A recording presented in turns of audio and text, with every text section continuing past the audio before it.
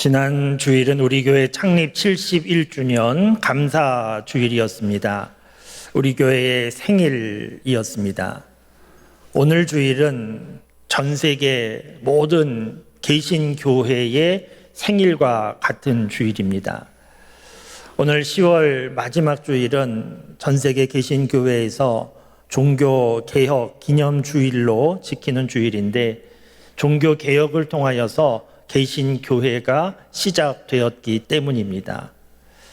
교회의 역사를 잠깐 생각해 보시면, 예수님께서 세상에 오셔서 사역하시고 십자가에서 죽으시고 부활하시고, 예수님 부활하신 이후에 예수님 따르던 사람들, 제자들이 주일에 모이기 시작했고 교회가 시작되었습니다.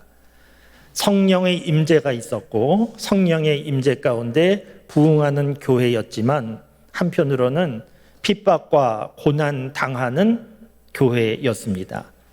그러다가 313년 로마의 콘스탄틴 대제가 기독교를 로마의 국교로 삼으면서 고난은 사라졌지만, 그때부터 문제는 누적되기 시작했습니다.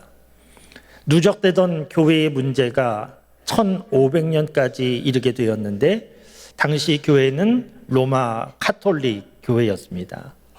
로마 카톨릭 교회는 단순히 종교가 아니고 세상의 큰 권력이었습니다. 영국의 왕을 비롯해서 여러 나라의 왕들, 군주들을 교황이 임명을 했습니다. 죄를 사하는 능력은 하나님께 속한 것인데, 교황이 죄를 사하는 능력을 가지고 있다고, 교황은 오류를 범하는 일이 한 번도 없다고 그런 법을 만들기도 했습니다. 베드로 대성당 공사를 하기 위하여서 건축비를 모금하려고 면죄부 판 것, 우리가 잘 알고 있는 내용이지 않습니까? 그 면죄부를 사면 모든 죄가 용서받고, 심지어 죽은 사람을 위하여서도 면죄부를 사면 죽은 사람의 죄도 용서받고 죽은 사람이 천국으로 간다, 그렇게 가르치기도 했습니다. 면죄부를 살 돈이 없는 사람들은 베드로 대성당 공사에 동원이 되든지 십자가 전쟁에 참전케 해서 많은 사람들이 죽기도 했습니다. 돈을 받고 성직을 파는 이런 일도 있었습니다. 그래서 성경을 읽지도 못하는, 성경 알지도 못하는 사람들이 성직자가 되는 이런 일들도 당시에 있었습니다. 이런 일들이 기독교 역사 가운데 계속 누적돼 오다가, 마틴 루터를 비롯한 뜻을 같이 하는 종교 개혁자들이 이것은 잘못되었다 하는 것을 알게 되었고, 종교 개혁을 시작하게 되었습니다. 종교 개혁은 계란으로 바위를 치는 것과 같은 불가능한 일처럼 보였지만, 불가능한 일처럼 보였던 종교 개혁은 성공한 개혁이 됐습니다.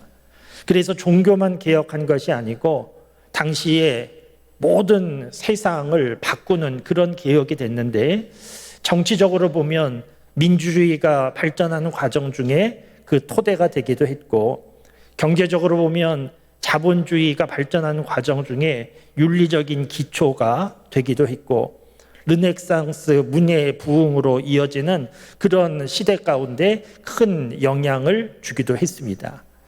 그러니까 종교개혁은 단순히 교회만 개혁한 것이 아니고 세상에도 영향을 주는, 세상을 개혁하는 아주 큰 사건이 되었는데, 말씀드린 대로 이것은 사실 가능한 일이 아니었습니다. 당시 로마 카톨릭 교회, 너무나 견고한 그런 조직이었는데, 여기에 저항한다, 종교를 개혁한다, 가능한 일이 아니었지만 성공한 개혁이 됐습니다. 어떻게 종교개혁은 성공할 수 있었을까? 우리가 좀 생각해 봐야 되는데, 왜냐하면 종교개혁은 과거에 끝난 일이 아니고 지금도 우리가 살고 있는 세상에 이러저러한 문제가 있고 교회 안에도 여러 가지 문제가 있기 때문에 종교개혁은 지금도 계속해서 진행형으로 이루어져야 되고, 그래서 어떻게 종교개혁은 계란으로 바위를 치는 것과 같은 일이었는데 성공했는가? 그 이유를 우리가 좀 살필 필요가 있습니다. 여러 가지 말씀드릴 수 있지만 두 가지로 정리해서 말씀드리면, 종교개혁이 성공할 수 있었던 첫 번째 이유는 우선은 종교개혁자들이 스스로 자신을 개혁하는 사람들이었기 때문입니다. 종교개혁의 대표적인 사람, 우리가 알고 있는 마틴 루터인데, 이 마틴 루터는 처음부터 교회에 너무 문제가 심각하다, 세상의 문제도 좀 바꿔봐야 되겠다, 그런 생각을 가지고 처음부터 앞서서 나섰던 그런 사람이 아니었습니다. 이 마틴 루터는 1483년에 독일의 아이스레벤이라고 하는 곳에서 태어났는데, 이 마틴 루터의 부모는 아들이 당시에 유망한 직업인 법률가가 되기를 원했습니다. 그래서 이 마틴 루터도 부모의 뜻에 따라서 법학을 전공하는 대학에 진학해서 공부를 하게 됐는데, 이렇게 공부하는 중에 방학을 맞이해서 친구와 함께 집으로 돌아오는 중에 친구와 함께 돌아오면서 이러저런 대화를 하면서 길을 가고 있었는데, 에르푸르트라고 하는 곳에 이르렀을 때 갑자기 하늘에서 천둥 소리가 들리고 하늘에서 번개가 치더니 옆에 있던 자기 친구가 번개에 맞아서 죽는 일이 발생합니다. 조금 전까지 같이 대화하던 친구인데 갑자기 하늘에서 천둥 소리가 나고 번개가 치더니 옆에 있는 친구가 번개 맞아 죽었습니다. 얼마나 놀라고 무서웠겠습니까? 그래서 마틴 루터가 그 자리에서 무릎을 꿇고 기도를 했다고 하는데, 그 기도의 내용이, 하나님 나를 살려주시면 내가 수도원에 들어가서 수도사가 되어서 주의 종으로 평생 살겠습니다. 그냥 얼떨결에 그런 기도를 했다는 겁니다. 그리고 그 기도한 대로 마틴 루터는 법학 공부를 포기하고 수도원에 들어가서 수도사가 됩니다. 수도원에 들어가서 마틴 루터에게 끊이지 않는 자기를 괴롭히는 그런 고민이 있었는데, 그것은 죄의 문제라는 겁니다. 자기 자신을 돌아볼 때 너무 죄가 많아서 견딜 수가 없어서, 그래서 수도원에 관련된 마틴 루터의 기록을 보면 수도원에 있는 동안에 계속해서 신부를 찾아가서 고해성사를 했는데 날마다 했고, 하루에도 여러 번 찾아가서 고해성사를 했다는 겁니다. 나 이런 죄가 있다고 계속해서 신부를 찾아가서 고해성사하니까 마틴 루터 고해성사를 듣던 신부가 얼마나 자주 찾아왔든지 짜증이 나서 이렇게 자주 오지 말고 죄를 다 모아서 한꺼번에 좀 오라고 그렇게 말해주었다는 그런 기록도 있습니다. 여러분, 수도원 안에서, 세상과 차단된 수도원 안에서 뭐 그렇게 죄를 범할 일이 많이 있었겠습니까? 그런데 마틴 루터는 자신의 마음과 생각의 그 작은 죄조차도 심각하게 생각하고 그것으로 괴로워하고 이 죄에서 어떻게 벗어날 수 있을까, 그렇게 고민하던 사람이었다는 겁니다.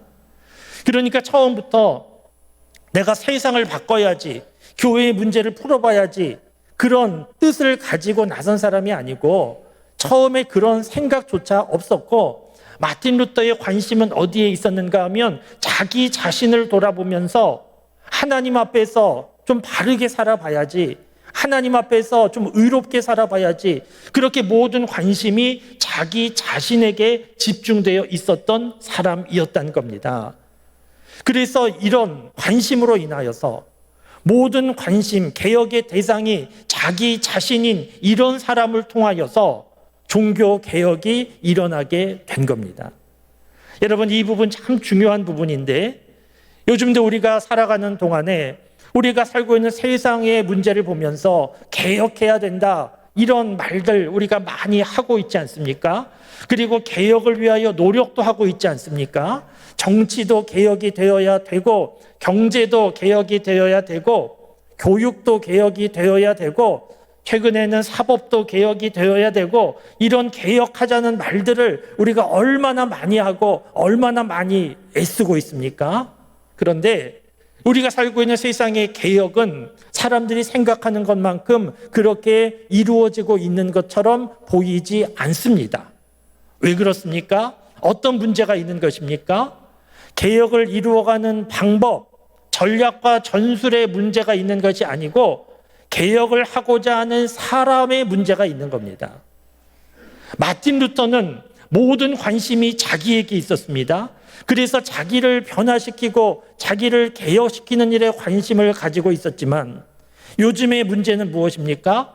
다른 사람은 개혁시키려고 하는데 자기는 변화되지 않습니다.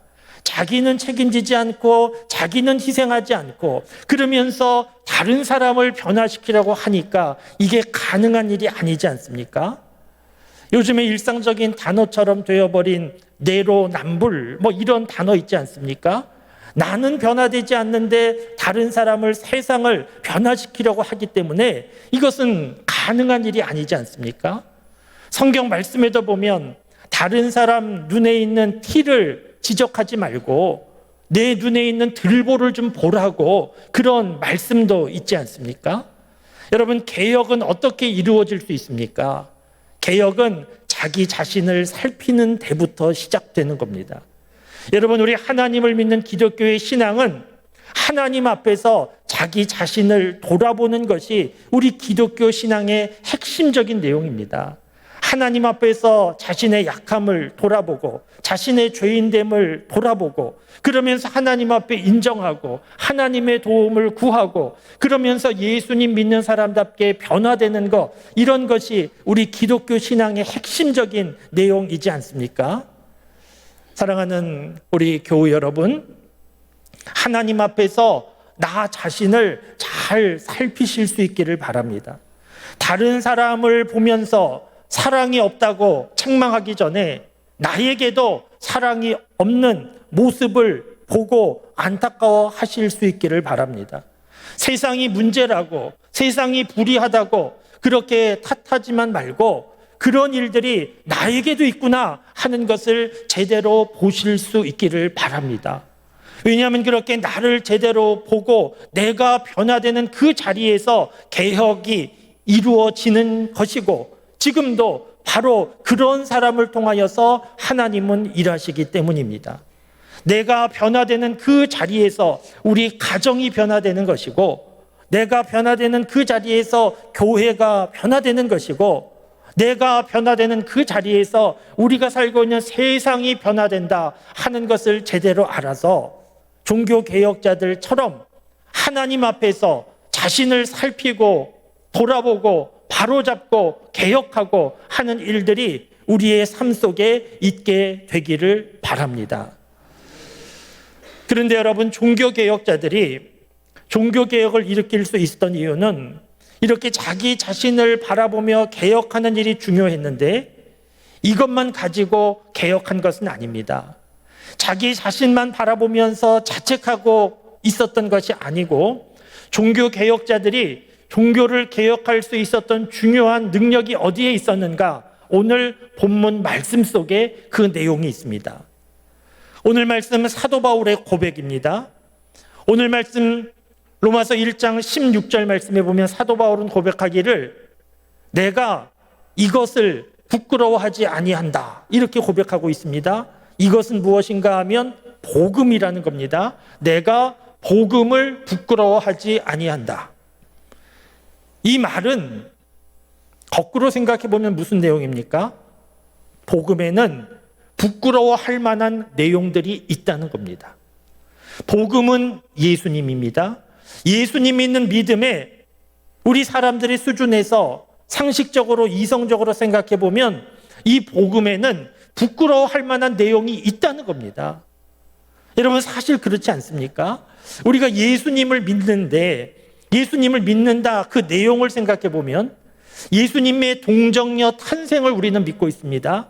동정녀 탄생은 무엇입니까? 예수님께서 세상에 태어나실 때 남편 없이, 남자 없이 여자의 몸에서 태어나셨다는 겁니다. 이게 가능한 일이 아니지 않습니까? 그런데 예수님께서 사역하실 때도 생각해 보면 물 위를 걸어 다니기도 하시고 물고기 2마리와 보리떡 5개로 5,000명을 먹이시기도 했는데 이것도 가능한 일이 아니지 않습니까? 이것은 무슨 신화와 같은 그런 이야기지 않습니까? 그런데 그 예수님이 십자가에서 죽으셨는데 죽은 지 사흘 지나서 다시 살아나셨다. 이것도 가능한 일이 아니지 않습니까? 그러니까 믿음이 없는 사람들이 이런 내용을 들으면 교회 다니는 사람들 이상하다. 교회 다니는 사람들 제정신이냐 할 수 있는 그런 내용들이지 않습니까? 우리가 본 적도 없는 예수님, 십자가에서 죽으시고 부활하신 예수님, 그 예수님 믿으면 우리의 죄가 다 용서받고 우리는 하나님 나라 천국 간다. 이것도 이해할 수 있는 내용은 아니지 않습니까? 그러니까 이런 내용들을 생각해 보면 이것은 사람들의 수준으로 볼 때 부끄러워할 만한 내용이라는 겁니다. 사도 바울은 헬라 철학을 공부한 논리적인 지적인 능력인 그런 사람인데 사도 바울 그 논리적인 지적인 능력으로 이 복음을 바라볼 때 이것은 부끄러울 수 있는 내용이라는 것을 사도 바울도 알고 있는 겁니다. 그래서 복음에는 부끄러운 요소가 있기 때문에 내가 부끄러워한다 그렇게 쓰고 있는 것이 아니고 부끄러운 요소가 있지만 부끄러워하지 아니한다 이렇게 쓰고 있습니다. 왜냐하면 이 복음의 능력이 있는데 어떤 능력이 있는가 하면 모든 사람에게 구원을 주시는 하나님의 능력이 여기에 있다는 것을 사도 바울이 알았기 때문입니다. 그러니까 복음에는 구원의 능력이 있다는 겁니다. 여러분, 구원은 무엇입니까? 물에 빠진 사람이 스스로 그 물에서 벗어날 수 없을 때 누군가 물속으로 뛰어들어가서 건져주는 거, 이게 구원이고, 불 속에 갇혀있는 사람 죽어가는데 누군가 불 속으로 뛰어들어가서 살려주는 거, 이게 구원이지 않습니까? 그러니까 자기의 힘으로, 자기의 능력으로 더 이상 감당할 수 없는 상황 가운데 외부적인 힘으로 살아나는 거, 이것이 구원인데 바로 복음에 이 구원이 있다는 겁니다. 사람들 수준으로 생각해 볼 때 복음의 내용은 부끄러워할 만한, 사람의 상식적인 수준으로 볼 때 이해가 되지 않는 사건이지만, 그러나 예수님의 십자가, 거기에 능력이 있어서 허무하게 살다가 죽는 사람들을 살리는 유일한 길이 바로 그 복음에 있다라고 하는 것을 사도 바울은 깨달아 알게 된 겁니다. 이 능력을 알게 되니까 이 복음은 부끄러운 것이 아니고 이 복음은 능력이고, 그래서 사도 바울은 이 복음을 붙잡고 평생 전하는 그런 삶을 살아가지 않습니까? 그래서 오늘 말씀 16절 내용이 그런 내용이고, 이어지는 17절 말씀도 그래서 의인은 믿음으로 말미암아 살리라, 이렇게 끝나고 있습니다. 어떻게 사는가? 믿음으로 산다는 겁니다. 죄로부터, 죽음으로부터 벗어나는 것도 믿음이고, 이 세상에 이러저러한 어려움과 문제 가운데 이기는 힘도 믿음이라는 겁니다. 하나님 믿는 믿음만 있으면 살 수 있다. 이것이 오늘 말씀입니다. 제가 아는 목사님, 그 자녀가 어릴 때 수술을 받게 됐는데 심각한 수술이었습니다. 수술 받고 회복될 수도 있지만 잘 회복되지 않으면 지체 장애자가 되는 그런 상황 가운데 있었는데, 이 아버지 목사님이 자녀를 위하여 기도할 때 하나님 낫게 해달라고, 고쳐달라고 그렇게 기도하면서 한편으로 드는 생각이, 원하는 대로 회복되지 않을 수도 있겠구나, 우리 아이가 지체 장애가 발생해서 그렇게 살아갈 수도 있겠구나 하는 생각이 들더랍니다. 그래서 어떻게 기도하는 게 좋을까 생각하다가 기도 제목을 바꿔서 하나님, 우리 아이에게 믿음을 주시옵소서, 우리 아이 믿음의 사람 되게 해주시옵소서, 그렇게 기도했다는 겁니다. 왜냐하면 수술이 원하는 대로 되지 않아서 지체 장애가 있다 할지라도 믿음이 있으면 문제없이 살아갈 수 있다, 이런 확신이 있었기 때문에 우리 아이에게 믿음을 달라고 그렇게 기도했다는 것인데, 우리가 다 공감할 수 있는 그런 내용이지 않습니까? 이 세상 살아가는 동안에 이러저러한 건 능력처럼 보이는 건 많이 있지만 정말 큰 능력, 가장 강한 능력은 믿음입니다. 예수님을 주님으로 고백하는 믿음, 이 믿음이 가장 강한 힘이고 능력임을 분명히 아실 수 있기를 바랍니다. 오늘 본문 말씀은 사도 바울의 고백이기만 한 것이 아니고 말씀드린 대로 종교 개혁자들이 이 말씀을 붙잡고 종교 개혁을 일으킨 중요한 능력이 되는 말씀입니다. 종교 개혁자 마틴 루터가 계속해서 고민한 내용이 죄의 문제라고 말씀드리지 않았습니까? 이 죄를 어떻게 해결할까? 그래서 당시 교회에서 가르쳐 주는 대로 계단을 무릎으로 하나하나 오르면서 그렇게 고행하면서 죄의 문제를 풀어보려고 하기도 했지만 풀리지 않았는데, 그렇게 수도원에서 30년 시간이 지나는 동안에도 그 죄의 문제가 풀리지 않았는데, 오늘 본문 말씀 믿음이 능력이다, 오직 의인은 믿음으로 말미암아 사는 것이다 하는 말씀을 다시 한번 읽으면서 이 말씀이 깊이 깨달음을 주었고, 이 말씀을 통하여서 그동안의 모든 고민이 다 사라지게 되었다는 겁니다. 종교개혁이 어떻게 이루어졌는가? 하나님의 말씀을 붙잡고 믿음이 능력이다. 그동안 교회에서 가르쳐 주었던 것들 잘못되었다, 틀렸다, 말씀을 붙잡고 말씀이 기준이 되어서 종교개혁을 시작했고, 종교개혁은 성공한 개혁이 될 수 있었던 겁니다. 그러니까 어떻게 성공할 수 있었던 겁니까? 가능하지 않은 일이었는데 어떻게 성공할 수 있었는가? 종교개혁자들이 끊임없이 자기 자신을 돌아보며 자기를 개혁하는 사람이었기 때문이고, 그리고 무엇보다 하나님의 말씀이 기준이 되어서 말씀과 다른 것은 틀렸다고 말해줄 수 있는 그 기준이 있었기 때문에, 말씀을 붙잡았기 때문에, 믿음의 능력으로 움직였기 때문에 종교개혁은 성공할 수 있게 되었던 겁니다. 사랑하는 성도 여러분, 종교개혁 올해로 508주년입니다. 종교개혁이 일어난 지 508년 됐습니다. 여러분, 지금은 문제가 없습니까? 지금은 교회도 세상도 괜찮습니까? 안타깝게도 그렇지 않습니다.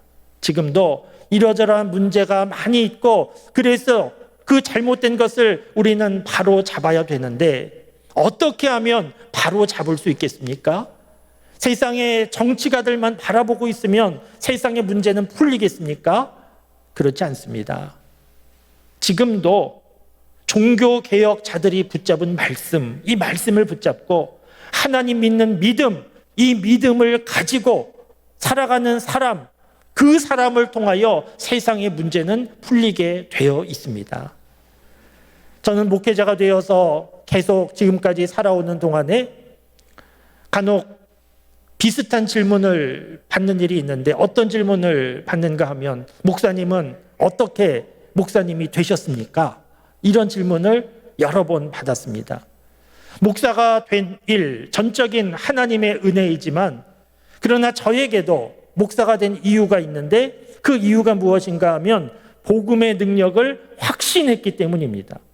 우리가 살고 있는 세상에 정치, 경제, 사회, 문화 모든 분야에 문제가 있는데, 그 문제를 풀어보려고 사람들이 노력하는데 문제가 풀리지 않습니다. 왜 문제가 풀리지 않는가? 문제의 원인에 대한 진단이 잘못되어 있기 때문에 문제가 풀리지 않는 것인데, 세상의 모든 문제의 핵심은 무엇인가? 정치, 경제, 사회, 문화, 제도의 문제가 아니고 사람이 문제인 겁니다. 사람이 죄인이기 때문에 문제가 발생한 겁니다. 그래서 세상의 문제가 풀리려고 하면 제도를 바꾸어서 문제가 풀리는 것이 아니고 사람이 변화되어야 문제가 풀립니다. 그런데 사람이 변화되는 것 보통 어려운 일이 아닙니다. 사람은 언제 변화되는가? 예수님 믿으면, 예수님 제대로 믿으면 사람은 변화됩니다. 그래서 예수님 제대로 믿은 사람, 변화된 사람을 통하여서 그 삶의 영역 속에 예수님 믿는 사람답게 살아갈 때 세상의 문제는 풀리게 됩니다. 그래서 세상의 문제를 푸는 방법은 복음이고, 지금도 종교개혁은 이루어져야 되는데 어떻게 이루어지는가? 종교개혁자들처럼 하나님 앞에서 자기 자신을 돌아보면서 자신의 부족함과 죄인됨을 인정하면서 하나님 앞에서 날마다 새로워지는 믿음의 사람을 통하여, 그리고 하나님 믿는 믿음만이 능력이다 하는 것을 믿고 그 믿음을 가지고 살아가는 사람들을 통하여 삶의 현장에서 성경 말씀이 기준이 되어서 성경 말씀과 다른 것은 틀렸다고 말해줄 수 있는 사람을 통하여서 지금도 종교 개혁은 계속 이루어질 수 있고 이루어져야 합니다. 사랑하는 성도 여러분, 저와 여러분들이 오늘 이 시대에 세상의 문제를 풀고 교회를 교회답게 만들어가는 하나님의 역사에 쓰임받는 그런 사람들이 될 수 있기 바랍니다. 예수님 믿는데 이 세상에서 먹고 사는 일에만 집중하지 말고 나만 잘 되고 나만 성공하기를 바라는 그런 기도만 하지 말고 잘못된 문제를 풀고 세상을 바로잡고 교회를 교회답게 만들고 이와 같은 일에 쓰임받는 우리 모두가 되면 좋겠습니다. 너무 큰 일처럼 보이지만 그러나 종교개혁자들도 처음부터 교회의 문제를 세상의 문제를 다 풀어야지 이렇게 나선 사람은 아무도 없습니다. 하나님 앞에서 자기를 돌아보고 믿음이 능력이다 하는 것 붙잡고 하루하루 삶의 현장에서 살아갔더니 종교도 바뀌고 세상의 역사도 달라졌는데 저와 여러분들이 우리의 삶의 현장에서 하나님 앞에서 자신을 살피고 돌아보고 믿음이 능력이다 이 복음을 전하면서 지금도 잘못된 문제를 풀고 온 세상을 아름답게 만들고 주님의 몸된 교회가 하나님의 영광을 드러내는 온전한 교회로 세워질 수 있도록 그렇게 살아가는 우리 모두가 다 될 수 있기를 주님의 이름으로 축원합니다.